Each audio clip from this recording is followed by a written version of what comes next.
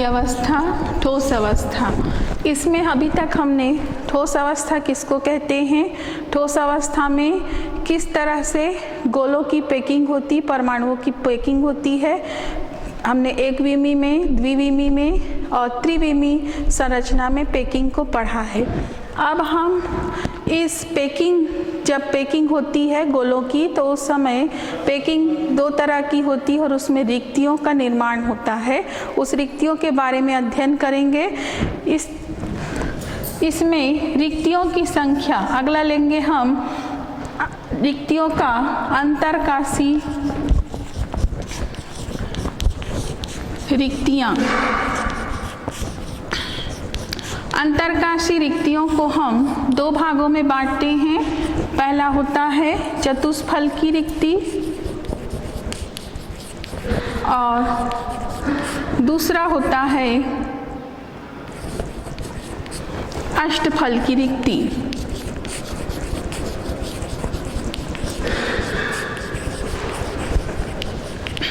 पहला लेते हैं चतुष्फलकी रिक्ति। किसको कहते हैं?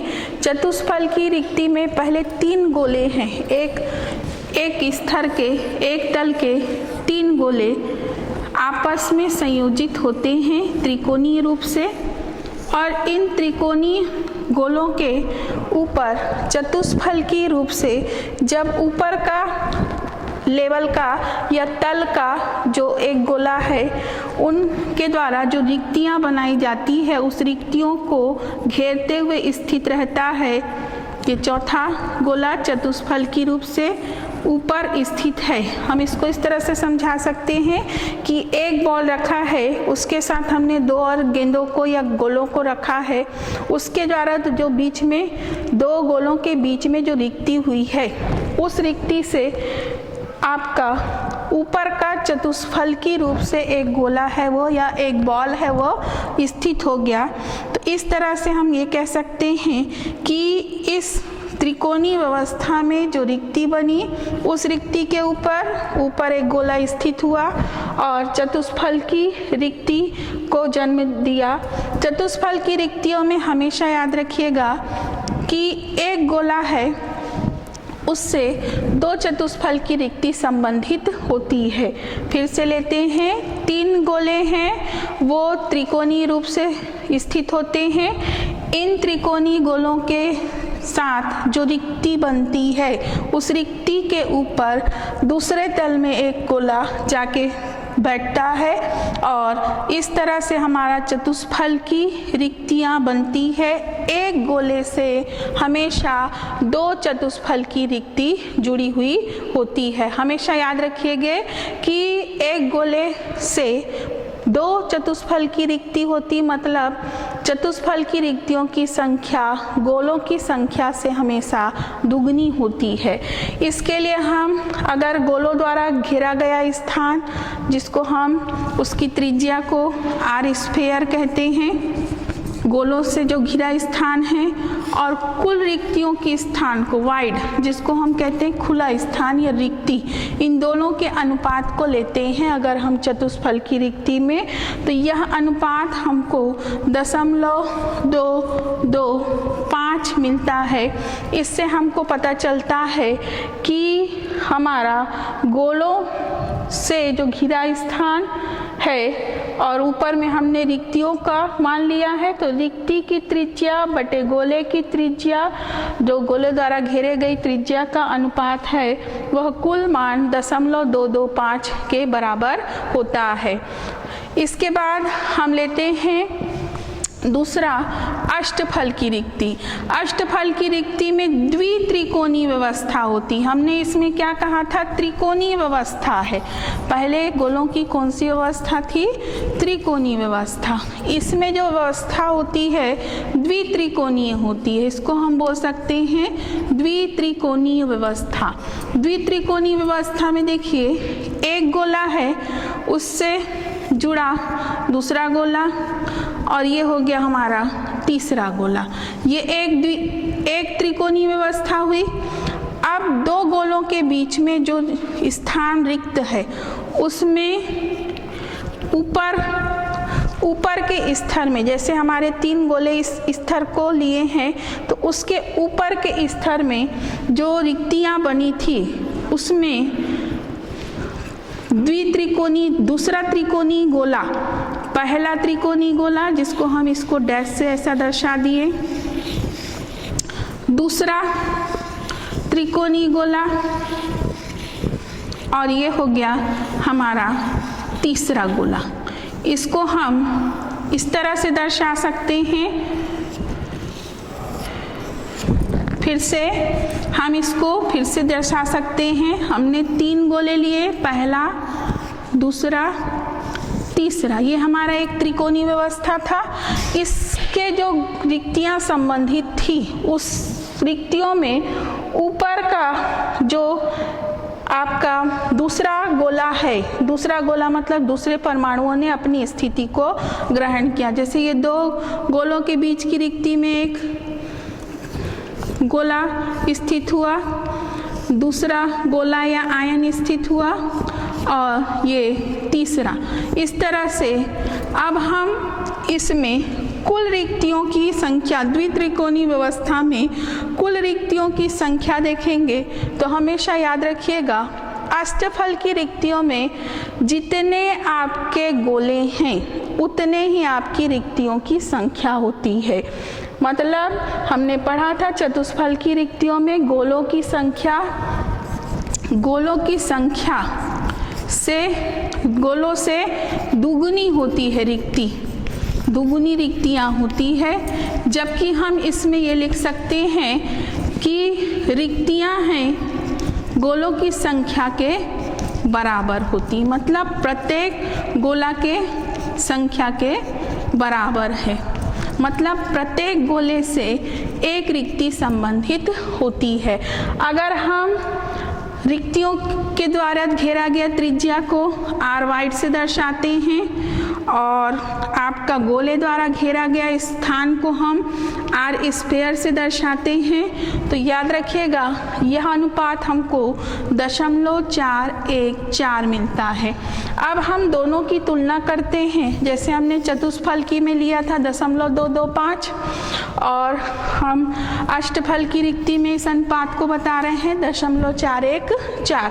दोनों से हमको ये पता चलता है कि अष्टफल की रिक्तियां, मान से पता चल रहा है ऊपर का मान अधिक है, खाली स्थान, इसलिए यह मान भी 0.414 आया है। तो इस तरह से हम कह सकते हैं अष्टफल की रिक्तियां हमेशा चतुष्फल की रिक्तियों से कैसी होती है, बड़ी होती है या दुगुनी होती है।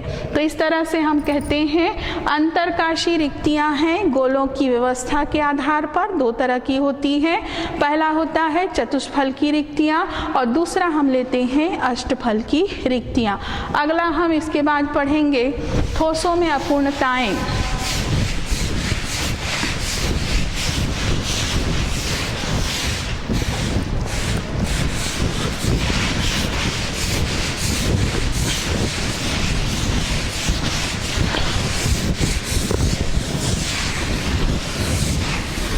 इससे संबंधित आपका एक सवाल भी कभी कभी पूछा जाता है, जिसको हम देख लेते हैं।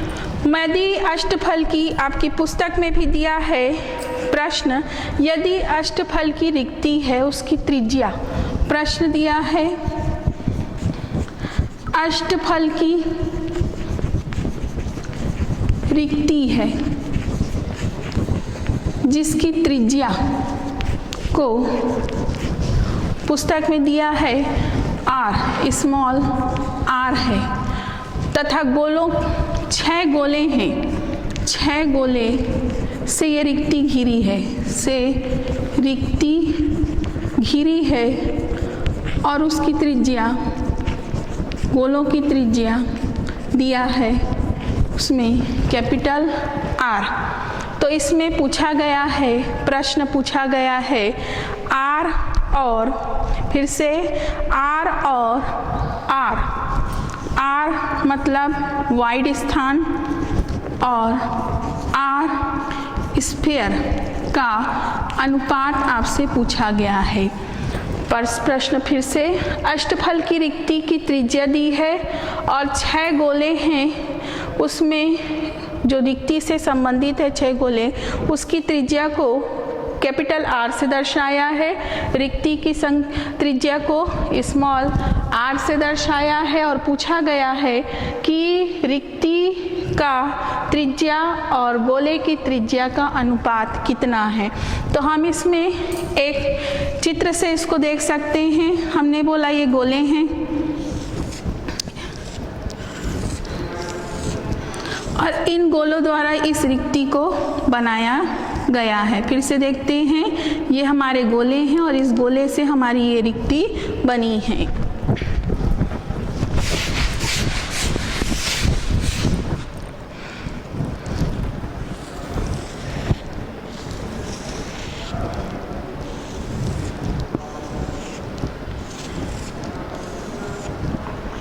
हमारी ये रिक्ति है।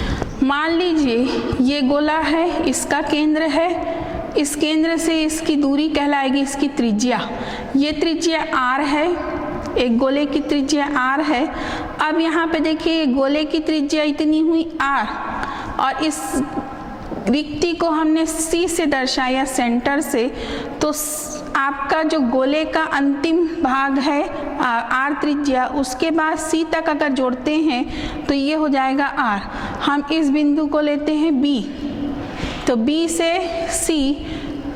से C के बीच की दूरी है, कुल हो गया गोले की त्रिज्या प्लस रिक्ति की त्रिज्या। और यहाँ पे अगर हम इस बिंदु को A मानते हैं तो हमारा एक त्रिभुज बन रहा है ABC। यहाँ पे AB बराबर गोले की त्रिज्या, इसमें 2 है आपका गोले की त्रिज्या धन रिक्ति की त्रिज्या BC के बराबर है और AB बराबर है गोले की त्रिज्या। यहाँ पे एक त्रिभुज बन रहा है, इस मान को देखिए, ये आपका A है, ये त्रिभुज ABC है। हमारा त्रिभुज कैसा है? समकोण त्रिभुज है, जिसमें ये आपका A B और C है। इस त्रिभुज को हम इस तरह से ले सकते हैं, त्रिभुज ABC में एक कोण बन रहा है ABC। चूंकि ये वाला कोण आपका 90 अंश का दिख रहा है स्पष्ट, तो ये सामने वाला कोण होगा वो 45 अंश का न्यून कोण होगा और ये भी कोण आपका 45 अंश का न्यून कोण होगा।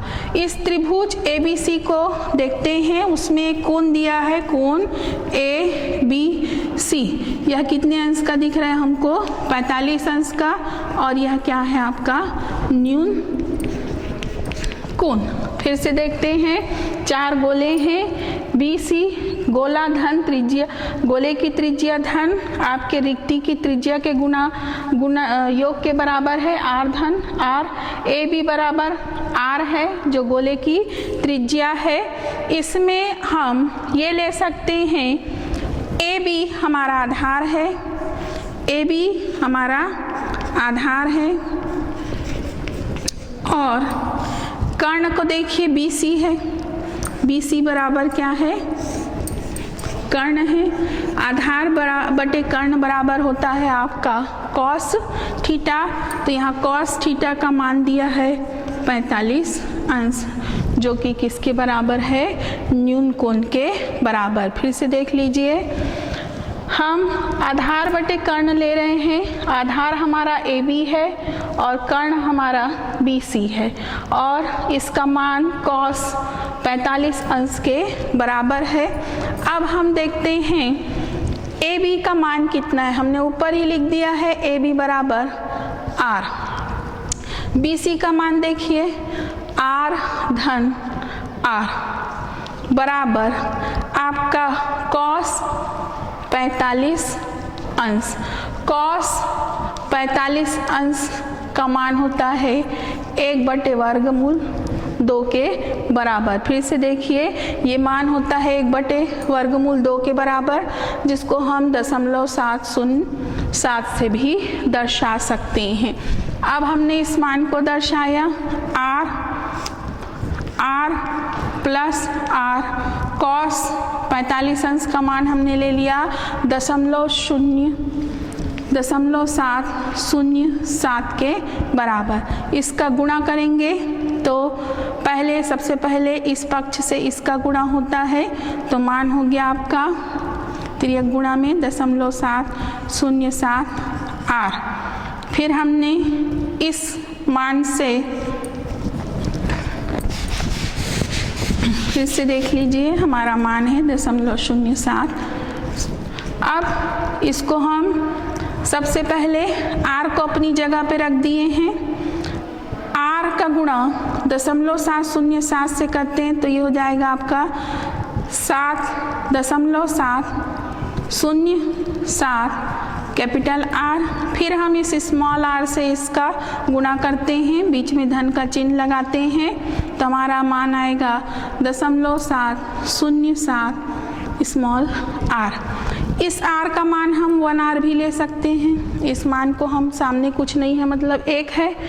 इस 1r से सबसे पहले 0.707 r को माइनस करते हैं, इस मान को लाते हैं, क्रिया को बदल रहे हैं, पक्ष बदलने से क्रिया बदल रही है। यहाँ धन का चिन्ह तो वो कैसा हो गया है ऋण का, और उधर हमारा मान बचा है 0.707 r। इस तरह से अब हम इस 1 में से 0.07 को घटाएंगे, फिर से 1 में से 0.07 को घटाएंगे तो हमारा मान आता है 0.293 r कैपिटल R बराबर ये कैपिटल R आपका गोले की त्रिज्या है बराबर 0.707 r, जो कि हमारा खाली जगह है या स्फीयर जो खाली रिक्त स्थान है उसकी त्रिज्या है। अब हम प्रश्न में देखते हैं। हमारा प्रश्न है गोले द्वारा घेरा आपका गोले द्वारा रिक्तियाँ जो छुटी रिक्तियाँ हैं उसकी त्रिज्या और गोले द्वारा घेरे गई त्रिज्या का हमको अनुपात पूछा जा रहा है। तो हमारा अनुपात देख लीजिए, हमने लिया यहाँ पे ले लेते हैं r वाइड, हमने इसको r को रहने दिया अपनी जगह पे, r वाइड बटे r कैपिटल R जो कि हमारा r स्क्वायर है, मतलब हमारे गोले की त्रिज्या। हम 0.293 को ये मान अपनी जगह है, इस मान के नीचे आ गया है r बटे 0.707 कटाते हैं तो यह मान आता है हमारा 0.414। फिर से देख लेते हैं हमने क्या किया है 0.293 r ये गोले का है, 0.07 ये गुणा में है आपका रिक्ति। हमने इस r को अपनी जगह रहने दिया जो कि वाइट के लिए है और आपका स्क्वायर को बटे में किया, तो हमने 0.293 को 0.707 से भाग दिया तो हमारा मान आया r वाइड बटे r स्क्वायर, गोले रिक्तियों की त्रिज्या बटे गोलों की त्रिज्या का अनुपात 0.414 आता है। और हमको मालूम है अगर ये मान इतना आता है 0.414 के तो रिक्तियाँ कौन सी होती है अष्टफल की। इस तरह से हम कुछ सवालों को भी गणना कर सकते हैं। अगला लेते हैं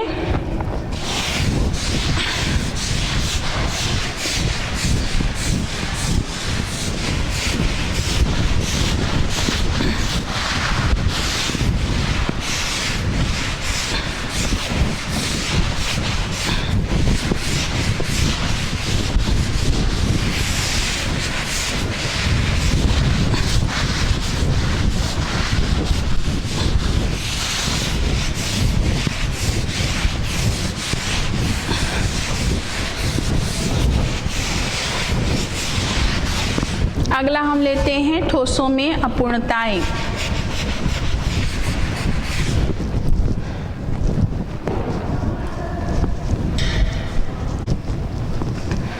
अगला हम लेते हैं ठोसों में अपूर्णताएं।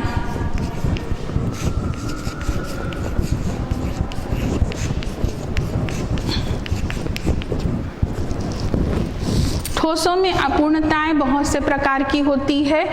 इसके पहले अपूर्णता का मतलब होता है कोई भी जब क्रिस्टल बनता है तो उसका एक सामान्य रासायनिक सूत्र होता है, उसमें उसके धनायन या ऋणायन के अनुपात है, उसका एक निश्चित मान होता है। लेकिन जब ठोस क्रिस्टल बनता रहता है तो वातावरण में परिवर्तन जैसे ताप में परिवर्तन या किसी अशुद्धि की उपस्थिति के कारण ठोस है उसमें कुछ अशुद्धियां देखने को मिलती है, या ठोस के क्रिस्टल जो बिंदु होते हैं जिसको हम जालक बिंदु कहते हैं, उन जालक बिंदुओं पर कुछ अपूर्णताएं देखने को मिलती है। कभी कुछ आयन गायब हो जाते हैं, अपने स्थान से हट जाते हैं, या कहीं पे अंतरकाशी स्थान में कुछ अतिरिक्त आयन आ जाते हैं। कभी कभी धनायन या ऋणायन भी पूर्ण रूप से बाहर चला जाता है। तो इस तरह से अशुद्धि की उपस्थिति या ताप है या दाब है या कुछ बाह्य कारक हैं जिसके कारण किसी ठोस में बहुत सारी अपूर्णताएं देखने को मिलती है। अपूर्णता का एक कारक सबसे पहले हम लेते हैं ताप। ताप अगर किसी भी ठोस को ले तो हमेशा ये माना गया है 0 केल्विन ताप मतलब -273 डिग्री सेंटीग्रेड, जो कि सामान्य नहीं है क्योंकि 0 डिग्री सेंटीग्रेड पर हमारा रहना संभव नहीं है। हम 0 केल्विन की बात कर रहे हैं, मतलब -273 केल्विन ताप की डिग्री सेंटीग्रेड ताप की बात कर रहे हैं, 0 केल्विन, जिसको हम परम शून्य ताप कहते हैं। इतने ताप पर जो एक आदर्श क्रिस्टल होता है वही पाया जाता है। आदर्श क्रिस्टल वह क्रिस्टल है जिसमें किसी भी तरह का दोष या कमी देखने को नहीं मिलती। लेकिन हमारा जो सामान्य वातावरण है इसका ताप 0 डिग्री सेंटीग्रेड से अधिक ही होगा। तो इस ताप पर जब कोई क्रिस्टल बनता है तो जरूर उसमें कुछ न कुछ दोष या पूर्णताएं देखने को मिलती है, और आदर्श क्रिस्टल से हमको विचलन देखने को या कमी देखने को मिलता है। इसके अतिरिक्त एक और होता है किसी की अशुद्धि।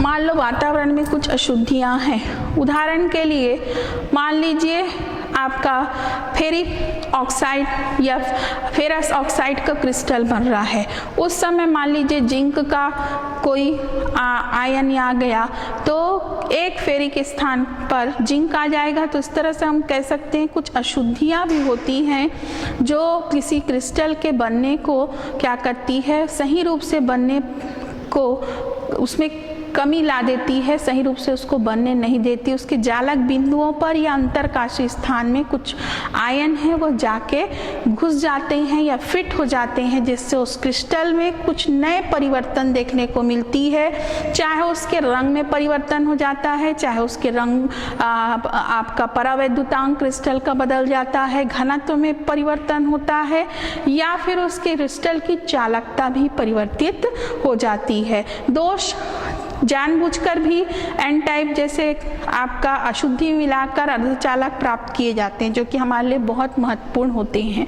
तो अशुद्धियां हैं, ये भी क्रिस्टल में क्या उत्पन्न करती है, किसी ठोस में अपूर्णता उत्पन्न करती है। अपूर्णता है उसके कारण क्रिस्टल के कुछ गुण भी परिवर्तित होते हैं, और कुछ गुण हमारे लिए महत्वपूर्ण नहीं होते लेकिन बहुत सारे गुण हमारे लिए उस क्रिस्टल के महत्वपूर्ण भी हो जाते हैं। जैसे चालकता को हम बढ़ा देते हैं। ठोसों में अपूर्णताओं को हम बिंदु त्रुटि भी कहते हैं, क्योंकि इन्हीं बिंदुओं पर कुछ बिंदु जालक बिंदु होते हैं, वहाँ पर त्रुटियाँ उत्पन्न होती है और क्रिस्टल में परिवर्तन देखने को मिलता है। अब हम लेते हैं बिंदु त्रुटियाँ।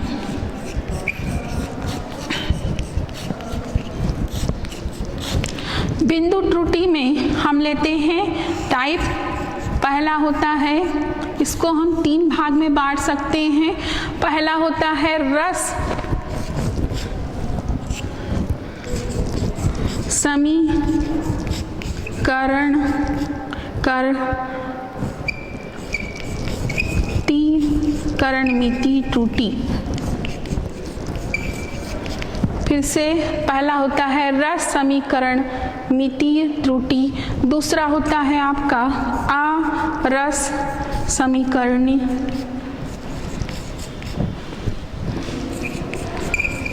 मिति त्रुटि, और तीसरा होता है अशुद्धि त्रुटि।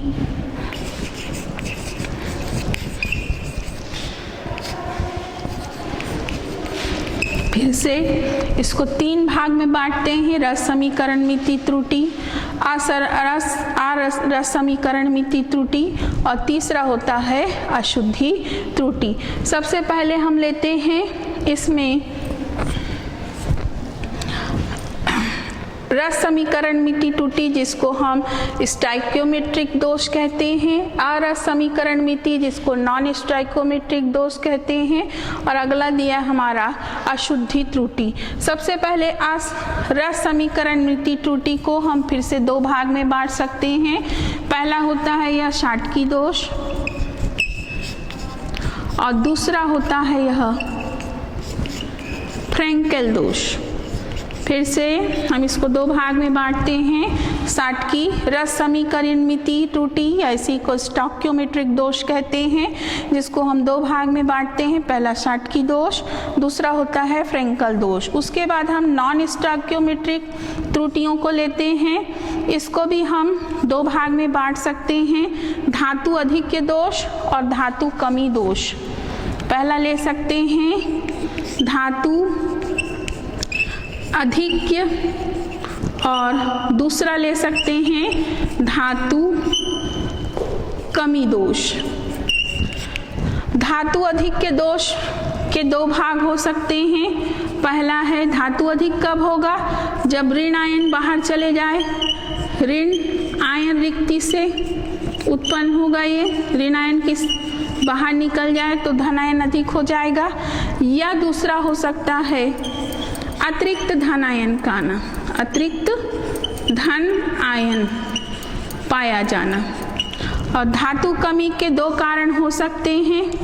पहला धन आयन का, पहला हो जाएगा धन आयन बाहर चले जाना, धन आयन का बाहर चले जाना क्रिस्टल से। या दूसरा कारण हो सकता है ऋण आयन का अतिरिक्त आना। फिर से देखते हैं नॉन स्टाइक्योमेट्रिक दोष या अरस समीकरणीय दोष या त्रुटि, इसको 2 भाग में बांटते हैं। पहला होता है धातु अधिक्य दोष, दूसरा होता है धातु कमी दोष। धातु अधिक्य दोष को भी हम 2 भाग में बांट सकते हैं।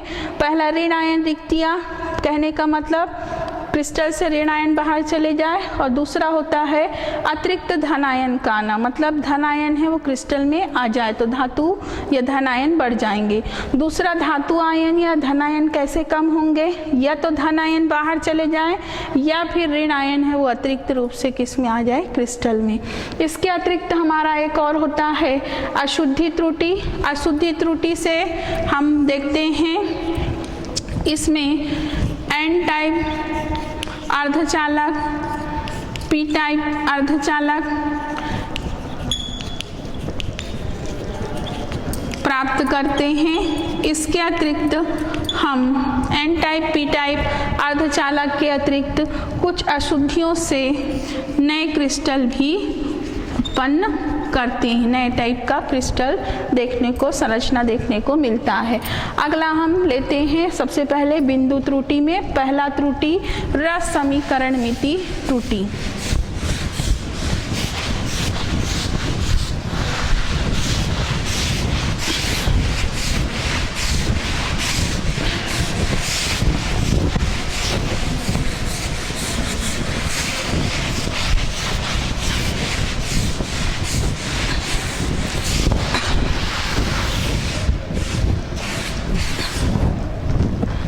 पहला है रस समीकरण मिति त्रुटि या दोष। इसके पहला भाग में हम लेते हैं शाटकी त्रुटि, शाटकी दोष, और दूसरा लेते हैं हम फ्रेंकेल दोष।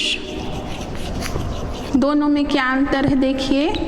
सबसे पहले हम लेते हैं साटकी दोष। साटकी दोष, इस दोष में हमेशा धन आयन पहले क्रिस्टल से बाहर चले जाता है। धन आयन कहाँ चले जाएगा? क्रिस्टल से बाहर। उदासीनता को बनाए रखने के लिए, क्रिस्टल की उदासीनता को बनाए रखने के लिए ऋण आयन भी बाहर चले जाता है, जिसको हम एक चित्र से भी बता सकते हैं।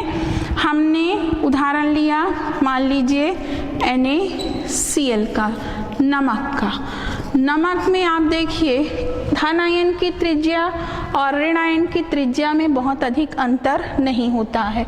तो ज़्यादातर साटकी दोष ऐसे क्रिस्टल में उत्पन्न होता है जिसमें धन आयन और ऋण आयन के आकार या परमाणु त्रिज्याएं, आयन की त्रिज्याएं लगभग समान होती है।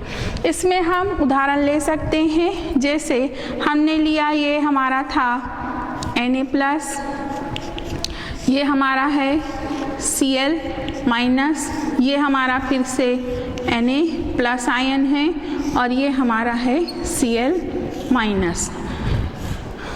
फिर से हम देखते हैं दूसरा हमारा ये Na+ है तो नीचे रहेगा Cl-, है तो यहाँ पे रहेगा हमारा Na+ आयन। फिर हमारा Na+ है तो यहाँ पे हमारा रहेगा Cl- आयन और यहाँ पे हमारा रहेगा Na+ आयन। तीसरी व्यवस्था फिर से देखते हैं तो Cl- आयन है, वहाँ पे रहेगा Na+, यहाँ पे रहेगा Cl-,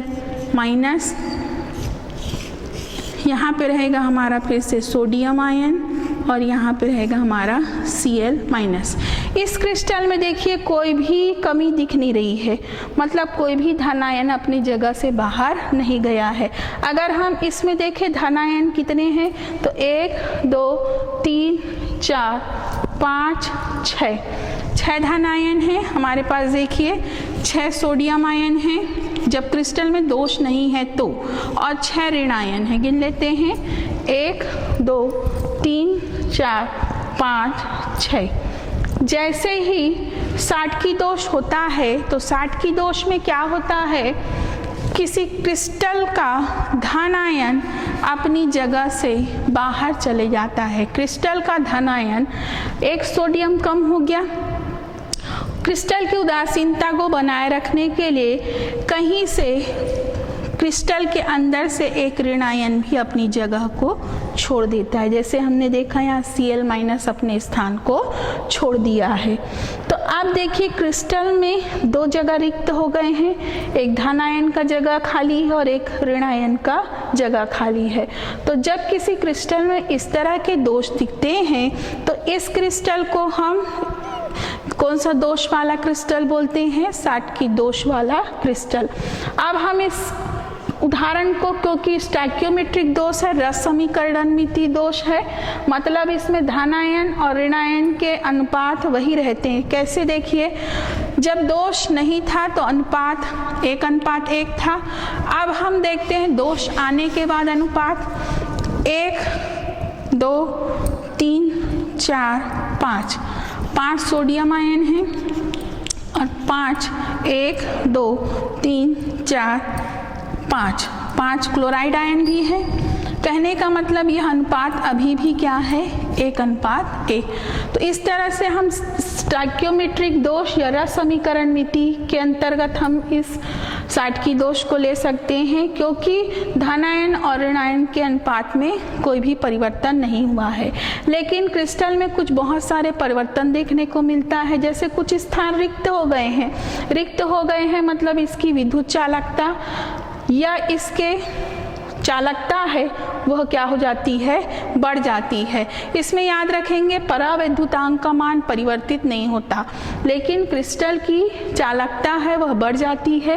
एक चीज और देखने को मिल रहा है, पहले 6 जैसे थे, 6 धन आयन थे और 6 ऋण आयन थे, तो आपका घनत्व अधिक रहा होगा। लेकिन जैसे ही इसमें से धन आयन एक निकल गया और ऋण आयन एक निकल गया तो क्रिस्टल है उसमें द्रव्यमान में कमी आती है, इसलिए इसके आयतन या इसके घनत्व में भी क्रिस्टल के साटकी दोष में क्रिस्टल के घनत्व में भी कमी आती है।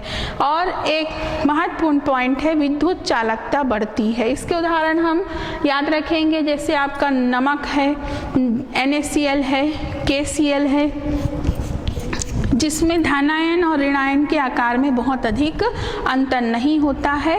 इस तरह के दोष देखने को मिलता है। ताप के परिवर्तन से याद रखेंगे, ताप को बढ़ाने से आपका साटकी दोष की संख्या बढ़ जाती है। सामान्य रूप से 10 के घात 15 स्थानों पर एक साटकी दोष देखने को मिलता है एक स्थान पर, लेकिन जैसे ही हम ताप को बढ़ा देते हैं, मान लीजिए हम ताप को 775 केल्विन करते हैं, हम कितना कर रहे हैं 775 केल्विन, तो 10 के घात आपके इसमें बढ़ जाता है 10 के घात 15 से 10 की घात 6 स्थान में हमको एक त्रुटि देखने को मिलता है, मतलब त्रुटि की संख्या बढ़ गई है। अब अगर हम ताप को और अधिक कर देते हैं, कितना कर देते हैं 775 केल्विन से और अधिक, मतलब हम इसका ताप 1075 केल्विन करते हैं, तो 10 के घात 4 स्थान, मतलब बहुत कम में ही अधिक त्रुटियां उत्पन्न होने लगती है। तो कहने का मतलब ताप है वह साटकी दोष को क्या करता है, प्रभावित करता है। ताप बढ़ाने से साटकी दोष वाले क्रिस्टलों की संख्या बढ़ती है। अगला दोष हम दूसरा लेते हैं, फ्रैंकल त्रुटि।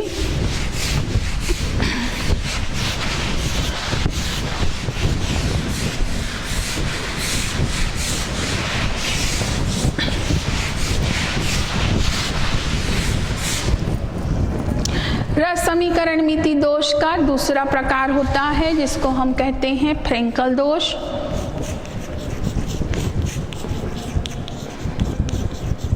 फ्रैंकल दोष में ये देखने को मिलता है, यहाँ पे भी जब आपका क्रिस्टल में दोष उत्पन्न हो जाता है तो धनायन और ऋणायन के त्रिज्याओं के धनायन और ऋणायन के अनुपात जो होते हैं उनमें परिवर्तन नहीं होता, इसलिए इसको हम किसके अंतर्गत लेते हैं, स्टोइकियोमेट्रिक या रस समीकरण मिति दोष के अंतर्गत लेते हैं।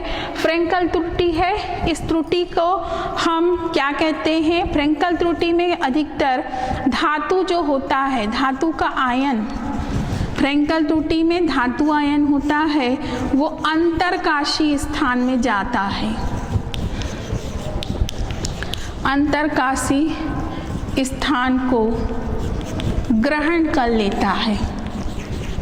फिर से देखते हैं अंतरकाशी स्थान को कैसे ग्रहण करता है। जैसे हमने उदाहरण लिया, ये आपका A+ है, ये B- है, ये हमारा धनायन है, फिर हमारा ऋणायन है, फिर हम ले रहे हैं धनायन ऋणायन, फिर धनायन, फिर से हमारा कौन है, यहाँ पे जुड़ा रहेगा ऋणायन, फिर यहाँ पे रहेगा हमारा धनायन, धन ऋण धन ऋण ऋण धन ऋण धन, फिर से हमारा आएगा धनायन, फिर ऋणायन। मान लीजिए यहाँ का धनायन कहाँ चले गया है, अंतरकाशी स्थान में। तो इस दोष को हम कौन सा दोष कहते हैं, फ्रैंकल दोष या धातु आयन का अंतरकाशी स्थान में जाकर फिट हो जाना क्या कहलाता है, फ्रैंकल त्रुटि। फ्रैंकल त्रुटि में धनायन ही क्यों अंतरकाशी स्थान में जाता है, इसका कारण जान लीजिए। धनायन का आकार हमेशा क्या होता है, छोटा होता है, इसलिए धनायन ही अंतरकाशी स्थान में जाके फिट होता है। इससे क्रिस्टल के घनत्व में कोई परिवर्तन देखने को नहीं मिलेगा, क्योंकि कोई भी धनायन बाहर नहीं गया है या कोई भी ऋणायन बाहर नहीं गया है। तो जो आपका क्रिस्टल में परमाणु का द्रव्यमान पहले था, वही द्रव्यमान बाद में भी होगा। जैसे आपके 1 2 3 4 5, 6 धनायन अभी दिख रहे हैं और 6 ऋणायन भी दिख रहे हैं। कोई भी धनायन या ऋणायन बाहर नहीं गया है, इसका मतलब है इसके घनत्व में कोई कमी नहीं होगी। चालकता है यह बढ़ती है, लेकिन इसका एक और मुख्य बिंदु है, यह किसी क्रिस्टल के परावैद्युतांक के मान को क्या करता है, परिवर्तित करता है, बढ़ा देता है। इसके परावैद्युतांक को, क्रिस्टल के परावैद्युतांक के मान को यह क्या कर देता है, बढ़ा देता है। उदाहरण सबसे पहले याद रखेंगे फ्रैंकल दोष, जैसे सिल्वर क्लोराइड, सिल्वर और क्लोराइड, इन दोनों में परमाणु त्रिज्या में काफ़ी अंतर है। दोनों की परमाणुओं की त्रिज्या में बहुत अधिक अंतर है, इसलिए इनके आयनिक त्रिज्या में भी अंतर होगा।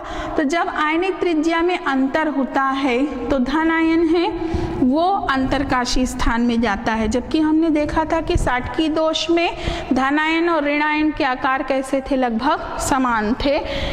यहाँ पे उदाहरण हम फिर से एक और ले सकते हैं, सिल्वर क्लोराइड के उदाहरण से। हमने प्लस में लिया Ag plus Cl minus Ag plus Cl minus, यहाँ पे फिर से लेंगे हम Cl माइनस, ये हो गया हमारा Ag प्लस, हम इसको ले सकते हैं B माइनस की जगह Cl माइनस, A प्लस की जगह Ag plus silver ion Ag plus, हमने इसको लिखा Cl माइनस, ये हो गया हमारा खाली स्थान, और ये हमारा फिर से है Cl माइनस, और हमारा जो धन आयन है वह कहाँ चले गया है, अंतरकाशी स्थान। अंतरकाशी का मतलब होता है गोलों द्वारा जो जगह बनाया जाता है, जालक बनाए जाते हैं, उन जालों में जो रिक्त स्थान बीच में बनता है उसको हम बोलते हैं अंतरकाशी स्थान।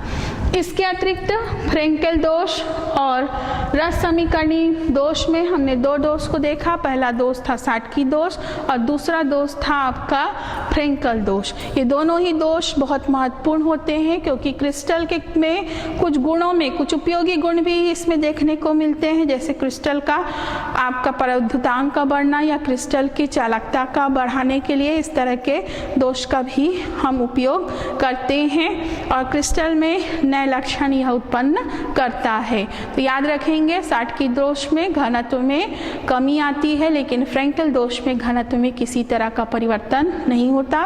ताप को बढ़ाकर हम दोष को, साटकी दोष को बढ़ा सकते हैं, क्योंकि ताप बढ़ने से धनायन या ऋण आयन है उनकी चालकता बढ़ जाएगी, वो क्रिस्टल से बाहर हो सकते हैं।